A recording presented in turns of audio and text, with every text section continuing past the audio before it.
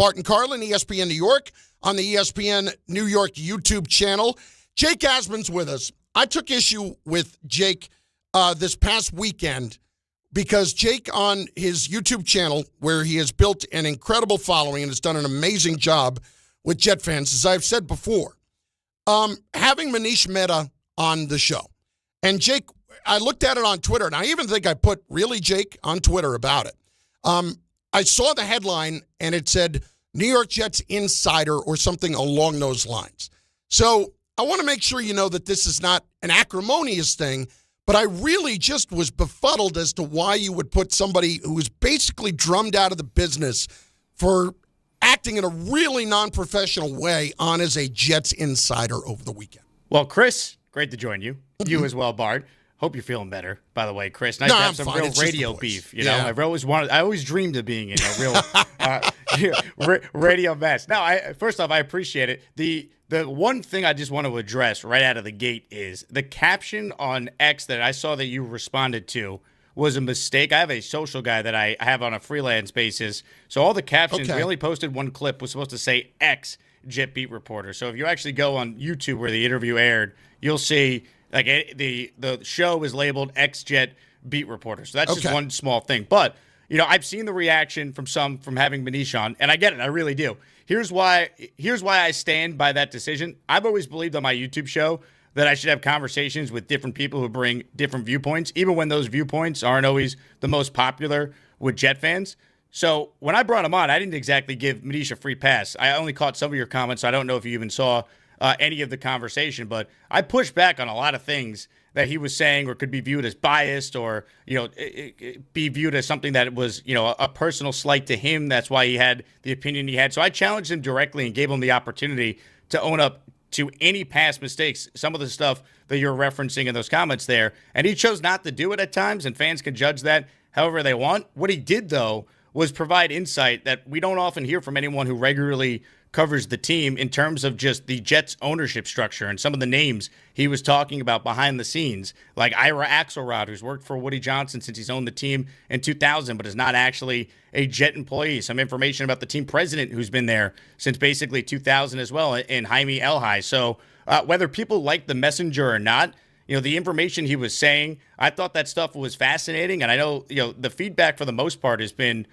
pretty positive. So I get people don't like him, and certainly I had my issues with him when he was on the beat, but I wasn't trying to like push an agenda or protect anyone. I tried to ask tough questions, and I thought we had like a fascinating conversation just on the dynamics of the Jets ownership structure. And since he's no longer covering the team and he's not on a beat anymore, he was transparent about some of the conversations he would have with sources. Back in the day, they were listed as sources. Well, now he could say he was on the phone with Adam Gase. He was on the phone with Mike McCagnon. He called Christopher Johnson up directly. And I think the audience just enjoyed hearing some of those conversations. And sure, there's things that we can nitpick with Mehta, and I certainly wouldn't even call it nitpicking. I think there's things that he did that were unprofessional. Yeah. And I tried to call him out on that. And I just think over the course of the conversation, like the audience learned info, and they could kind of be the judge whether or not, you know, they deem all of it credible or not. But, Jake, my problem here is basically you have built this platform. And what you are doing by putting him on in that spot is lending him credibility. You are saying this is somebody worth talking to when they haven't been around the team in 5 years or 3 years or whatever it was, and basically were thrown out of the profession. He hasn't gotten another job because of how he handled himself. And not like there were plenty of interpersonal problems with other reporters, with people all along, but just with a professional lack of ethics, period. And I think you're almost boosting him a little bit there. It's not whether or not you push back on things that he said. I don't really care what he said. I didn't watch it. And the reason is because to me that's a guy with no credibility when they've been drilled out to begin with. So I don't take anything he says seriously, period. Well, I think it's a tricky spot here, right? Because I don't believe in necessarily deplatforming people either. Obviously, he's using you in that situation, Jake. Sure. Let's be clear about that. But I thought it was a fascinating conversation into like the inner workings of the organization. We didn't do a ton on the current Jets because he hasn't been around. I mean, his last year covering the team was the Gase 2020 year, so it was focused on his time on the beat. But when he was thrown out of the industry, why would I take what he said about the organization seriously? Like, he really has nothing to lose at this point. He may as well just say whatever the hell he wants, which, listen, I wouldn't have been shocked if that's what happened at times when he was doing it. Yeah, I mean, look, I don't think everything he was saying was completely untrue. And if you go back and hear some of what he was saying, like some of the stories he told were like positive stories too. Like it wasn't just like a hit job on the Jets. Like we talked about Bart's teams with Rex for part of the conversation. What covering those teams were like. It was just a different take on the Jets. And I get it. So you could push back and say, oh, he's biased. He doesn't actually know what he's talking about. But I think the audience can determine whether or not they believe, everything he's saying is true or if it's slanted from his perspective. I just thought he offered very unique insights into the ownership in particular and how the Jets have done coaching interviews in the past and GM interviews and how they handle the financial strings of certain things they want to spend money on. I think fans came away learning stuff, and it's up for people to determine if you want to believe it 100% or you don't. But I don't think there was anything that he was saying that people could hear and be like offended by any means. And he does have a podcast that talks about the current NFL, so he's still up to date on the league, but mostly we just spent the conversation talking about the past and not the current. So at no point should he have ever been listed as like a current Jet insider. It should have said on any social post, including the one you responded to, and it does on YouTube, ex-Jet beat reporter, because that was really the focus, his time on the beat and the issues the Jets have had from an ownership standpoint the last 15 years. Did you ask him his assessment of the current state of the team at all? Since he's up on everything that's going on in the league, did you ask him about the decisions in the offseason and decisions that, from past experiences, how Woody responds and reacts to maybe Aaron Glenn's job security?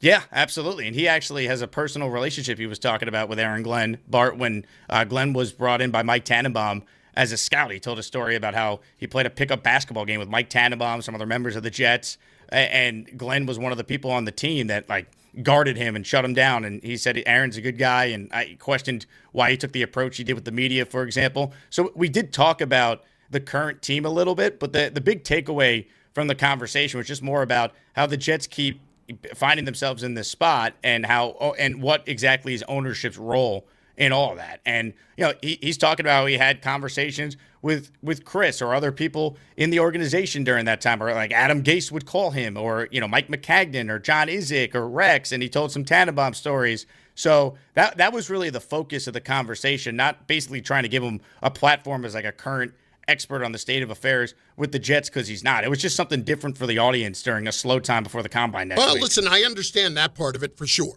I understand that you're trying to entertain, and it's not an easy thing to do for a couple hours at a clip each day, which I think you do two shows a day. I don't know, Jake. It's your channel. I'm not going to tell you what to do with it.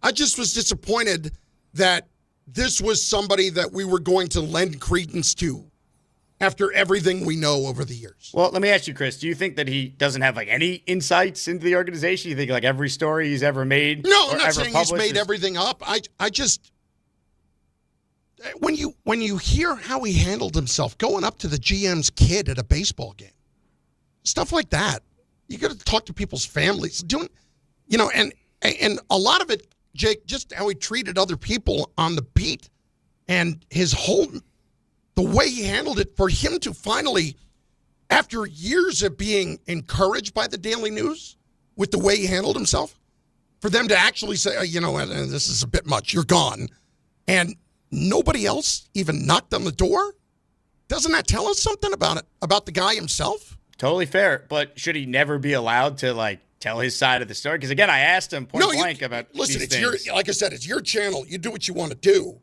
but I was a little surprised by it. That's all. He won't look. He's not going to be a regular by any means, but I thought it was a timely conversation only because I don't know if you guys talked about this on your show. The Woody Johnson report card stuff from the NFLPA not being allowed publicly, and the Jets were the only team whose owner got an F a year ago. So it was kind of playing into that. So it was mostly ownership focused, very little to do with the current team and more about just his time covering the Jets on the beat. So, but again, Chris, like I obviously understand where you're coming from, and believe me, as a fan of the team who now works in media and gives opinions on the team, I didn't always love everything Manish wrote and didn't like the ethics of some of the things he said, but he did own up to some of what he believed were mistakes that he made. And when I tried to push back on like the Joe Douglas stuff that you just referenced to, he chose not to say anything about it and kind of talked around it. So all I could do is ask the question and give him a chance to respond, I felt. Yeah, no, listen, that's fine.